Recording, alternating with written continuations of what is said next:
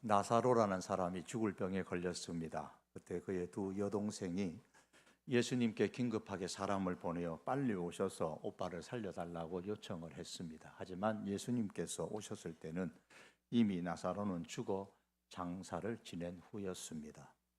예수님께서 심히 슬퍼하는 마르다를 향하여 말씀하셨습니다. 내 오빠가 살아날 것을 믿느냐? 그랬더니 마르다가 말합니다. 예, 마지막 날에는 살아날 것을 믿습니다. 마르다는 나사로가 마지막 날에 살아날 것을 믿었습니다. 오늘날 마르다와 같은 부활신앙을 가진 사람들이 많이 있습니다. 잘못된 것이 아니죠. 부활신앙을 믿으니 좋은 것입니다. 그러나 마지막 날에 살아날 것이라고 믿는 이 부활신앙만으로는 부활신앙을 논하기에는 좀 부족합니다. 부활은 예수님께서 재림하시는 마지막 날에만 있는 것이 아니라 지금도 계속되고 있는 영적인 사건입니다. 부활이라는 것은 죽은 생명이 다시 살아나는 겁니다. 하나님의 관점에서 보면 세상의 모든 사람은 그의 허물과 죄로 인해서 죽은 사람들입니다. 그래서 성경은 너희의 허물과 죄로 죽었다 그랬습니다. 그런데 예수님의 부활로 말미암아서 그 죽음에서 새 생명을 얻습니다. 영적인 부활입니다. 그래서 성경은 말씀합니다. 너희의 허물과 죄로 죽었던 너희를 살리셨도다고 했습니다. 성경은 예수님의 부활은 부활의 첫 열매라고 했습니다. 예수님이 부활의 첫 열매다라는 말씀은 계속해서 부활의 열매가 맺힌다라는 뜻입니다. 우리의 육체가 죽고 마지막 날이 왔을 때에 부활하는 것뿐만 아니라 지금도 계속해서 죽음에서 새 생명을 얻는 영적인 부활은 계속되고 있습니다. 이것을 본문에서는 거듭난다라는 단어로 표현을 했습니다. 지구촌의 곳곳에서 지금도 사람들이 거듭나서 새 생명을 얻는 것은 부활의 사건이 지금도 계속되고 있다는 것을 말씀하는 겁니다. 본문 말씀에 의하면 예수님의 부활로 말미암아 거듭난 사람, 즉 새 생명을 받은 사람들은 산 소망을 갖고 살게 되었습니다. 3절에 보시면 예수 그리스도를 죽은 자 가운데서 부활하게 하심으로 말미암아 우리를 거듭나게 하사, 예수님의 부활로 우리가 거듭나게 되고 산 소망이 있게 했다라고 했습니다. 죽은 사람은 소망을 가질 수가 없습니다. 그러나 거듭나 새 생명을 받은 산 사람은 산 소망을 가지고 살 수가 있습니다. 성경은 말씀하기를 그때에 너희는 세상에서 소망이 없고라고 했습니다. 여기서 그때라는 것은 거듭나기 이전, 예수님을 믿기 이전의 때를 의미합니다. 사람이 거듭나기 이전에는 아무리 계획이 멋있고 좋은 조건 속에서 산다고 해도 산 소망을 가지고 살 수가 없습니다. 왜냐하면 죽음과 함께 그 소망도 함께 죽기 때문입니다. 아무리 세상에서 내노라 하면서 산다고 할지라도 사람은 결국은 죽습니다. 그리고 죽음과 함께 그동안 가졌던 소망도 함께 죽습니다. 자녀에 대해서 가졌던 소망도 죽고, 사업에 대해서 자기 인생에 대해서 가졌던 원대한 소망도 죽음과 더불어 다 죽습니다. 그렇기 때문에 사람들은 죽음에 대해서 세 가지의 강렬한 감정을 느낀다고 합니다. 그 하나는 허무감이요, 또 하나는 비애감이요, 또 다른 하나는 공포감입니다. 죽음처럼 허무한 것이 없고, 죽음처럼 슬픈 것이 없고, 죽음처럼 무서운 것이 없습니다. 죽는다 그러면 다 두려워 떱니다. 죽인다 그러면 겁납니다. 그러다 보니까 어떻게 하면 이 죽음을 면해 볼 수 있을까 하는 것이 동서고금을 막론하고 인류의 주된 관심사가 되었습니다. 예컨대 고대 이집트는 미이라로 유명하지 않습니까? 미이라에 방부 보존 의식서가 있는데 그 끝에는 이런 글이 적혀 있다고 합니다. 너는 영원히 살리라. 너는 영원히 전처럼 젊어지리라. 왜 미일하로 만들어서 보관을 합니까? 다시 영원히 살게 될 것이라는 희망 때문이겠지요. 그러나 인간은 과거로부터 현대에 이르기까지 죽음을 극복해 보겠다고 몸부림치고 있지만 결국에 인간은 죽음을 피할 수가 없습니다. 아마 지금도 이 세계 어느 곳에서는 과학을 이용하여서 생명과학이라 하여서 어떻게 하면 죽음을 피할 수 있을까, 극복할 수 있을까 연구하는 사람들이 분명히 있을 것입니다. 그러나 인간은 죽음을 피할 수가 없습니다. 하지만 예수님의 부활로 말미암아 예수 그리스도 안에 있는 사람은 다시 태어나 거듭 태어나 새 생명을 얻게 되고 영원히 삽니다. 지금은 영적인 부활이요, 미래에는 육체적 부활까지 경험하게 될 것입니다. 따라서 거듭난 사람은 죽음에 대해 승리할 수 있습니다.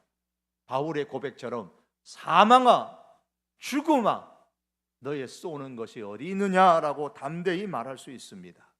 이것이 거듭난 사람에게 주어진 살아있는 소망입니다. 그러므로 여러분, 예수님의 부활로 말미암아 내가 거듭나서 새 생명을 받았다라는 확신이 있다면 더 이상 죽음 때문에 밀려오는 이런 삶에 대한 허무감에 빠지거나 비애감이나 공포감에 빠지지 말고 이런 허무함과 공포심과 이런 슬픈 감정들을 다 떨쳐 버리시기를 바랍니다. 그 대신에 예수님의 부활이 나의 죽음을 삼켜버렸다는 확신을 가지고 이 지금의 썩을 몸이 반드시 썩지 아니할 몸을 입을 것이고 이 죽을 몸이 죽지 않을 몸을 입는다는 이 산 소망을 가지고 살 수 있기를 바랍니다. 그러나 이 산 소망은 단지 죽음을 이기는 것이 전부가 아닙니다. 죽음을 이기기 때문에 산 소망이다, 맞는 말이지만 전부는 아닙니다. 예수님의 부활로 말미암아 거듭나 새 생명을 가진 사람은 하늘에 간직한 유업을 받습니다. 이것이 산 소망의 핵심입니다. 4절의 말씀입니다. 썩지 않고 더럽지 않고 쇠하지 아니하는 유업을 있게 하시나니 곧 너희를 위하여 하늘에 간직하신 것이라. 거듭나게 하시고 산 소망을 갖게 하시는데 그 소망의 핵심은 무엇이냐? 유업을 받게 하는 겁니다. 하나님은 구약의 하나님의 백성들에게 땅을 기업으로 주시겠다고 약속을 하셨고 그 약속을 신실하게 지키셨습니다. 약속을 신실하게 지키시는 하나님께서 오늘날 예수님의 부활을 믿는 사람들에게 새 생명을 주셔서 하나님의 자녀로 삼으실 뿐만 아니라 하늘에 그들을 위하여 준비해 두신 유업을 주시겠다고 약속을 하셨습니다. 다윗은 이르기를 시편 16편에서 내게 줄로 재어준 구역은 아름다운 곳에 있으며 나의 기업이 실로 참으로 아름답도다, 그렇게 감탄했습니다.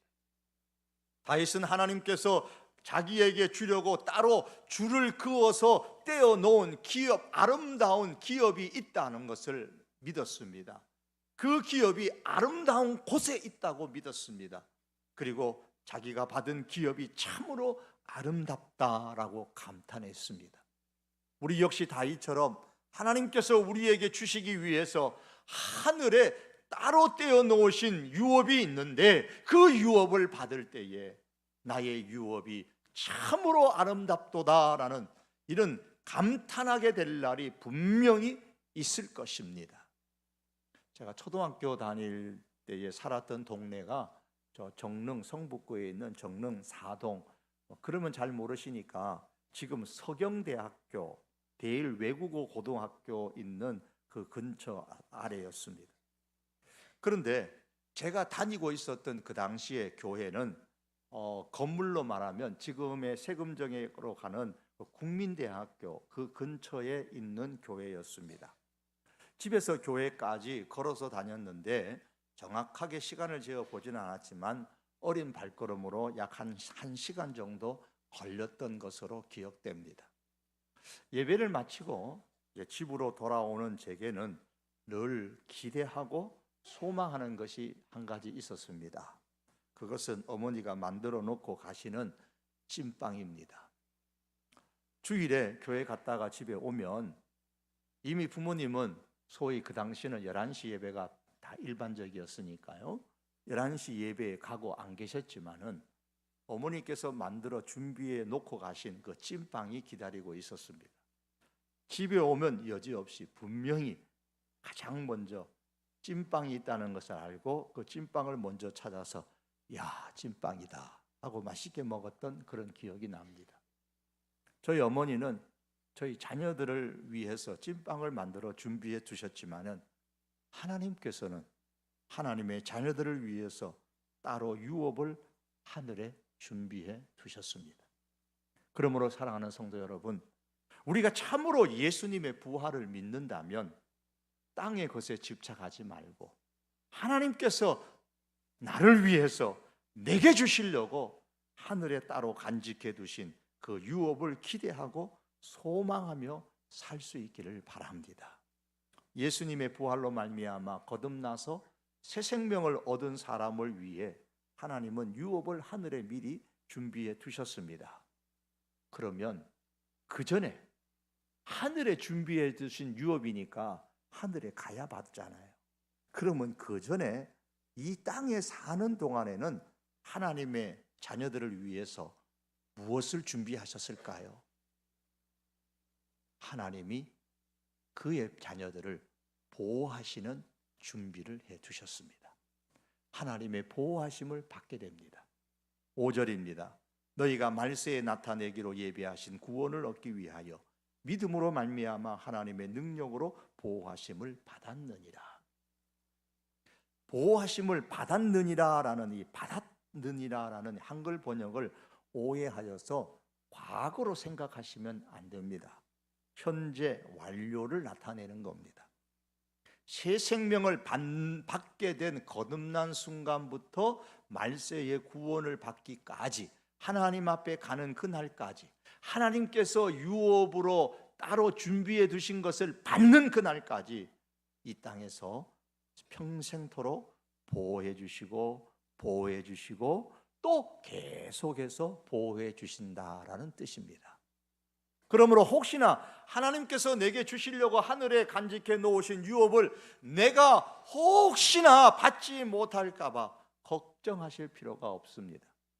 이 세상에 사는 동안 하나님께서 우리의 믿음을 지켜주셔서 우리를 안전하게 보호해 주시기 때문에 걱정, 염려는 붙들어 매어 놓고 사셔도 됩니다. 그런데 하나님께서 그 능력으로 하나님의 자녀들을 보호해 주시는데 사용하시는 것이 있습니다. 그것은 바로 우리의 믿음입니다. 그래서 5절에 보시면 믿음으로 말미암아 하나님의 능력으로 보호하심을 받았느니라. 믿음을 통해서 하나님께서 그 능력으로 보호하시고 또 보호하시고 계속해서 보호하신다라고 말씀하십니다. 여러분, 하나님의 능력은 우리의 믿음을 통해서 나타납니다. 제가 군에 있을 때에 수류탄 조교를 했습니다. 수류탄을 가지고 있거나 수류탄을 던진다고 해서 그 수류탄이 저절로 터지는 것은 결코 아닙니다. 내가 수류탄에 있는 그 안전핀을 먼저 뽑고 던져야만 그 수류탄에 내장되어져 있는 폭발력이 터지는 겁니다. 하나님의 능력은 마치 이 수류탄과 같습니다. 하나님의 능력이란 수류탄은 저절로 터지는 게 아닙니다. 믿음이라는 이 안전핀을 뽑아야 됩니다. 그때에 비로소 하나님의 능력이 나타나서 내 앞을 가로막고 있는 산을 무너뜨리고 시련과 어려움을 파괴시킵니다. 그래서 5절에 보면 베드로는 말씀드린 것처럼 하나님이 우리를 보호하시는데 믿음으로 말미암아라고 했던 겁니다. 여러분, 예수님의 부활로 말미암아서 하나님의 능력이라는 수류탄이 우리 하나님의 자녀들, 우리 모두에게 제각기 들려주셨습니다. 우리를 보호하시기 위해서 제각기 하나님의 능력이라는 수류탄을 우리에게 주셨어요. 그런데 어떤 사람은 적이 공격해 와도 두려워한 나머지 그 수류탄을 사용하지 않고 벌벌 떨면서 가만히 들고만 있는 사람이 있습니다. 하나님의 능력을 경험하지 못하지요. 또 어떤 사람은 수류탄을 던지기는 했는데 터지지는 않습니다. 안전핀을 뽑지 않았기 때문입니다. 우리의 삶에 있는 여러 가지 시련과 어려움들을 물리치기 위해서는 하나님의 능력이라는 그 수류탄을 사용을 해야 합니다. 사용하시되 믿음의 그 안전핀을 뽑으셔야만 합니다. 그리고 힘껏 여러 가지 시련과 어려움을 향하여서 던지십시오. 그러면 수류탄보다 더 강력한 하나님의 그 능력이 나타나서 우리를 보호하시고 또 보호하시고 또 보호하십니다. 지금까지의 말씀을 통해 볼 때에 예수님의 부활로 말미암아 우리가 한 번 거듭나고 한 번 새 생명을 얻는 것으로 끝나는 것이 아닙니다. 예수님의 부활로 우리는 계속 산 소망을 갖고 살게 됩니다.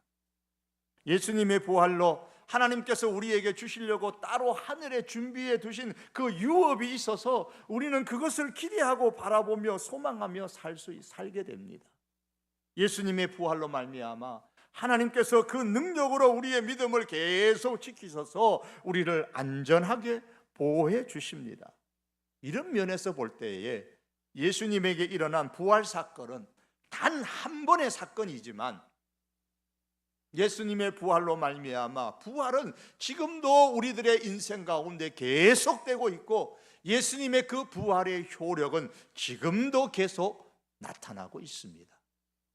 이렇게 예수님의 부활의 효력이 지금도 계속되고 있는데 그럼 우리는 어떻게 살아야 됩니까? 오늘 성경은 하나로 말씀합니다. 기뻐하며 살아야 됩니다. 우리 기독교는 기쁨의 종교입니다.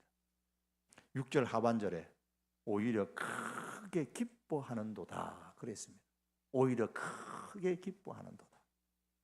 그러나 원문에 보면 이게 제일 끝에 나오는 게 아니고요, 문장 제일 앞에 나옵니다. 엔호, 이것 때문에 아길리아스되 기뻐하십시오. 이것 때문에 기뻐하십시오. 이것 때문에 예수님의 부활로 말미암아 거듭나서 새 생명을 얻어 산 소망을 갖고 살게 되었기 때문에 기뻐하십시오. 예수님의 부활로 말미암아 내게 주시려고 하나님께서 하늘에 따로 준비해 두신 그 유업이 있기 때문에 그것 바라보며 기뻐하십시오. 그리고 예수님의 부활로 말미암아 이 땅 사는 동안 하나님께서 능력으로 보호해 주셔서 반드시 구원을 얻게 해 주실 것이기 때문에 기뻐하며 사십시오 라고 말씀합니다. 그러므로 예수님의 부활을 여러분 참으로 믿는다면 기뻐하며 사는 우리들이 될 수 있기를 바랍니다. 하나님께서 그 능력으로 보호해 주시고 또 보호해 주신다고 하셨는데, 그런데 현실적으로 여러 가지 시험과 어려움이 있는 이유는 과연 무엇일까요? 기뻐하며 살라고 했는데 기뻐하지 못하는 이런 시험과 어려움이 있는데 어떻게 기뻐하며 산단 말입니까? 앞서 5절에 보면 하나님의 능력은 우리의 믿음을 통해 나타난다고 했습니다. 그런데 이 우리의 믿음은 하나님에 의해서 이 땅에서 테스트를 받아요. 마치 금을 얻기 위해서 뜨거운 용광로에 넣어 재련하는 것처럼 강하고 순수한 믿음을 만들기 위해서 여러 가지 시험과 어려움이란 용광로에 넣어서 재련하는 과정이 있습니다. 이를 통해서 우리의 믿음이 강해지고 순수하게 됩니다. 강하고 순수한 믿음일수록 세상을 힘으로 의지하고 사는 것이 아니라 하나님을 힘으로 의지하고 살게 됩니다. 그런데 만일에 우리의 믿음에 아직 불순물이 덜 빠졌거나 우리의 믿음에 불순물이 들어가게 되면 하나님을 힘으로 삼지 않고 세상을 힘으로 삼으려는 경향이 우리 가운데 나타나게 됩니다. 그렇게 되면 믿고 의지하는 것이 하나님이 아니라 세상의 힘이 되고 맙니다. 그렇게 되면 어떻게 돼요? 자꾸 세상의 힘에 주목하게 되고 하나님을 주목하지 않게 됩니다. 그 결과 하나님으로부터 멀어지는 것을 두려워하고 염려하는 것이 아니라 내 저금 통장에 돈이 말라가는 것을 보고 한탄하며 걱정하고 살아가게 됩니다. 여러분, 내가 지금 하나님으로부터 멀어진다는 사실에 대해서 안타까워하고 겁나고 염려스럽고 고민이 되고 그래 보신 적이 얼마나 있으십니까? 반면에 내 사업이 안 되고 내가 직장이 제대로 안 되고 우리 가정의 저금 통장에 돈이 말라가고 그것 때문에 안타까워하고 걱정하고 두려워하고 그렇게 살아가는 경우는 많지 않습니까? 예수님의 부활로 말미암아 하나님의 능력이 우리를 보호해 주신다고 하셨음에도 불구하고 나를 위해 하늘에 준비된 유업이 있다고 하셨음에도 불구하고 그건 하늘에 가서 문제고 자꾸 눈에 들어오는 것은 뭐냐면 줄어들고 말라버리는 내 호주머니만 눈에 자꾸 들어오게 되는 겁니다. 하늘의 것은 안 보이는 거예요.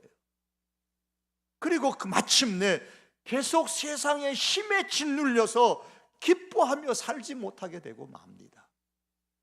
아무리 기뻐하라고 해도 기쁘지가 않는 겁니다. 왜요? 주목하는 것이 벌써 하나님의 힘이 아니라 세상의 힘이기 때문이에요. 이미 하나님의 힘이 아니라 세상의 힘의 지배를 받기 때문인 겁니다.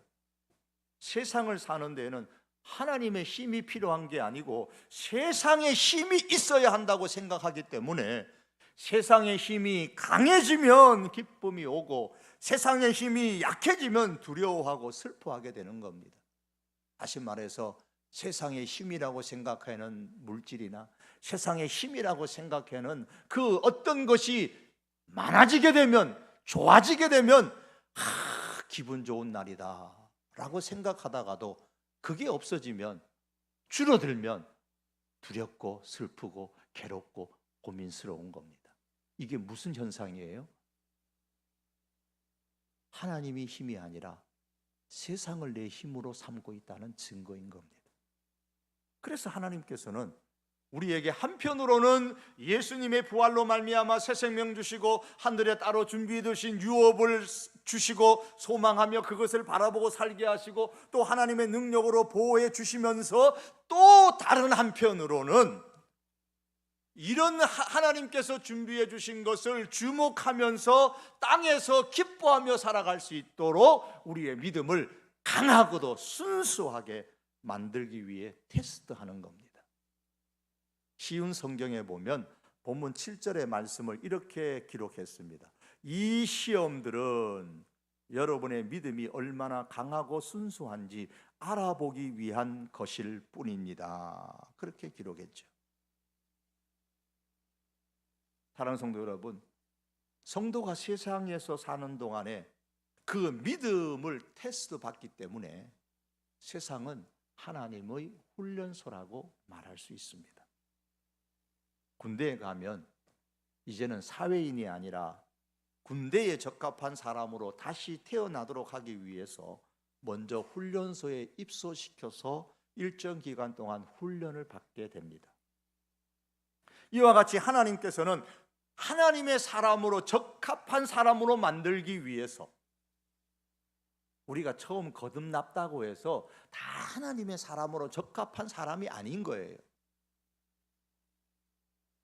거듭나서 새 생명을 얻었을 때에 이제부터는 하나님의 사람으로 적합한 사람으로 만들어야 되기 위해 그러기 위해서 우리를 하나님의 훈련소에 입소시켜서 우리의 믿음을 훈련받게 하시는 겁니다. 하나님의 훈련 방법에는 두 가지가 있어요. 하나는 축복을 통한 훈련이고 다른 하나는 고난을 통한 훈련입니다. 우리는 축복을 통한 훈련만을 원하지만 성경은 하나님께서 이 두 가지를 병행하게 하신다 그러셨어요. 전도서 7장 14절에 보면 형통한 날에는 기뻐하고 곤고한 날에는 생각하라. 하나님이 이 두 가지를 병행하게 하사 사람으로 그 장래일을 능히 헤아려 알지 못하게 하셨느니라. 하나님은 이 세상에서 형통과 공고라는 두 가지 훈련 방법을 사용하십니다. 때로는 형통의 복을 주십니다. 그로 통하여 그의 믿음을 테스트하십니다. 때로는 고난을 주십니다. 그로 통하여 역시 그의 믿음을 테스트하십니다. 대학에 가고자 하는 학생들이 모두 다 대입 수능고사라는 테스트를 받습니다. 대학에 갈 실력을 가지고 있느냐. 하나님께서 이 세상에서 형통훈련과 고난훈련을 통해서 우리의 믿음을 테스트하십니다. 테스트 받아야 할 과목은 국어, 영어, 수학, 물리, 화학 등이 아니고 한 과목, 믿음이라는 과목입니다. 그런데 대학에 가지 않을 사람은 수능고사를 칠 필요가 없죠. 수능고사가 칠 필요가 없는 학생에게 무엇 때문에 수능고사 준비를 시키겠습니까? 시키지 않습니다. 학교에서도 수능고사 안 치는 학생에는 수능고사 치라고 강요 안 합니다. 수능고사 준비하라고 그렇게 말하지도 않습니다. 마찬가지입니다. 거듭나지 않은 사람은 믿음 훈련을 시킬 필요도 없고 받을 필요도 없습니다. 너는 믿음 테스트를 받지 않아도 된다라고 말씀하시는 거예요. 좋아하겠지요. 그러나 그게 사실 좋은 게 아닙니다. 성경은 말씀합니다. 징계는 다 받는 것이거늘 너희에게 없으면, 그 징계가 없으면, 믿음의 테스트가 없으면 사생자요 참 아들이 아니니라. 사생자라는 말, 하나님께서 내어 버려둔 사람을 뜻합니다. 이런 사람에게는 믿음 테스트가 없어요.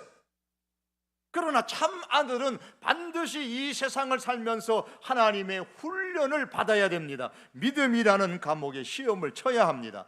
때로는 형통의 훈련을 통하여, 때로는 고난의 훈련을 통하여 하나님께서 우리의 믿음을 테스트하십니다. 그러므로 사랑하는 성도 여러분, 형통할 때에 그냥 좋다고만 생각하지 마시고 하나님의 훈련이라고 생각하셔야 됩니다. 그리고 그 형통함을 사용하여서 더욱 내 믿음을 증진시킬 수 있는 기회로 삼으시기를 바랍니다. 그래야 형통 훈련을 잘 통과하게 되는 겁니다. 또한 시련과 고난을 당할 때에 이건 역시 하나님의 훈련이라고 생각해야 됩니다. 너무 힘들다, 원망스럽다, 그렇게 생각하지 마시고 그 고난 속에서도 하나님을 찬양하고 믿음의 진보를 나타낼 수 있기를 바랍니다. 그래야 고난 훈련을 잘 받아 통과할 수가 있습니다. 그럼 형통 훈련과 고난 훈련을 내가 잘 받고 있는지 못 받고 있는지를 어떻게 알 수 있을까요? 그 방법은 내가 예수님을 깊이 사랑하는지 아닌지를 보면 됩니다. 강하고 순수한 믿음을 가진 사람은 어떤 경우에라도 예수님을 깊이 사랑합니다. 오늘 8절의 말씀처럼 예수를 너희가 보지 못하였으나 사랑하는도다. 지금 베드로전서 기록되어진 이 당시는 고난의 때였습니다. 고난의 때였지만 예수님을 깊이 사랑했습니다. 그 성도들은 사랑했습니다.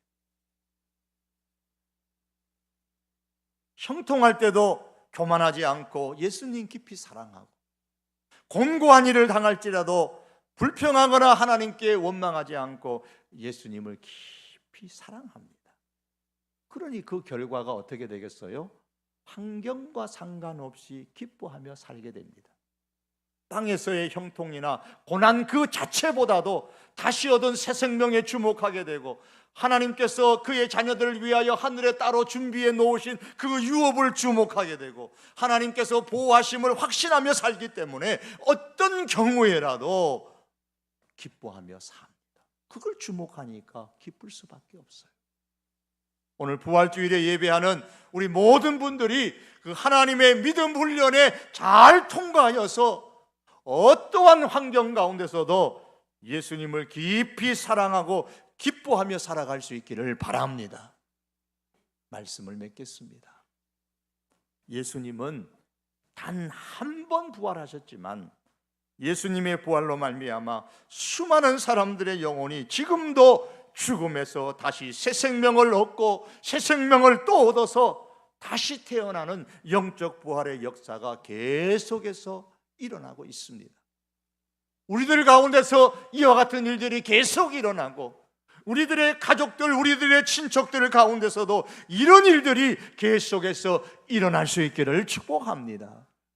그리고 예수님의 부활은 단 한 번 일어난 사건이지만 그 부활의 효력은 지금도 여전히 계속되고 있습니다. 예수님의 부활로 새 생명 얻어 영혼의 부활뿐만 아니라 육적인 부활, 완전한 구원을 소망하며 살게 되어졌습니다. 예수님의 부활로 새 생명 얻고 하나님께서 그 자녀 위에 하늘에 준비해 두신 유업을 바라보며 살게 되었습니다. 그리고 세상 사는 동안 믿음으로 말미암아 하나님의 능력 아래에서 보호하심을 받게 되었습니다.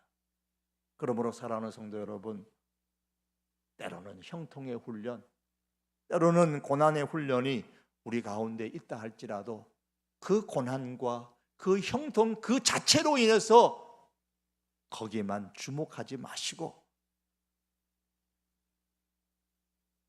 예수님의 부활을 통해서 우리에게 주신 것들에 주목하시고 더 예수님을 깊이 사랑하며 기뻐하고 살아갈 수 있는 저와 여러분의 부활 생명 되시기를 주님의 이름으로 축복합니다. 기도드리겠습니다.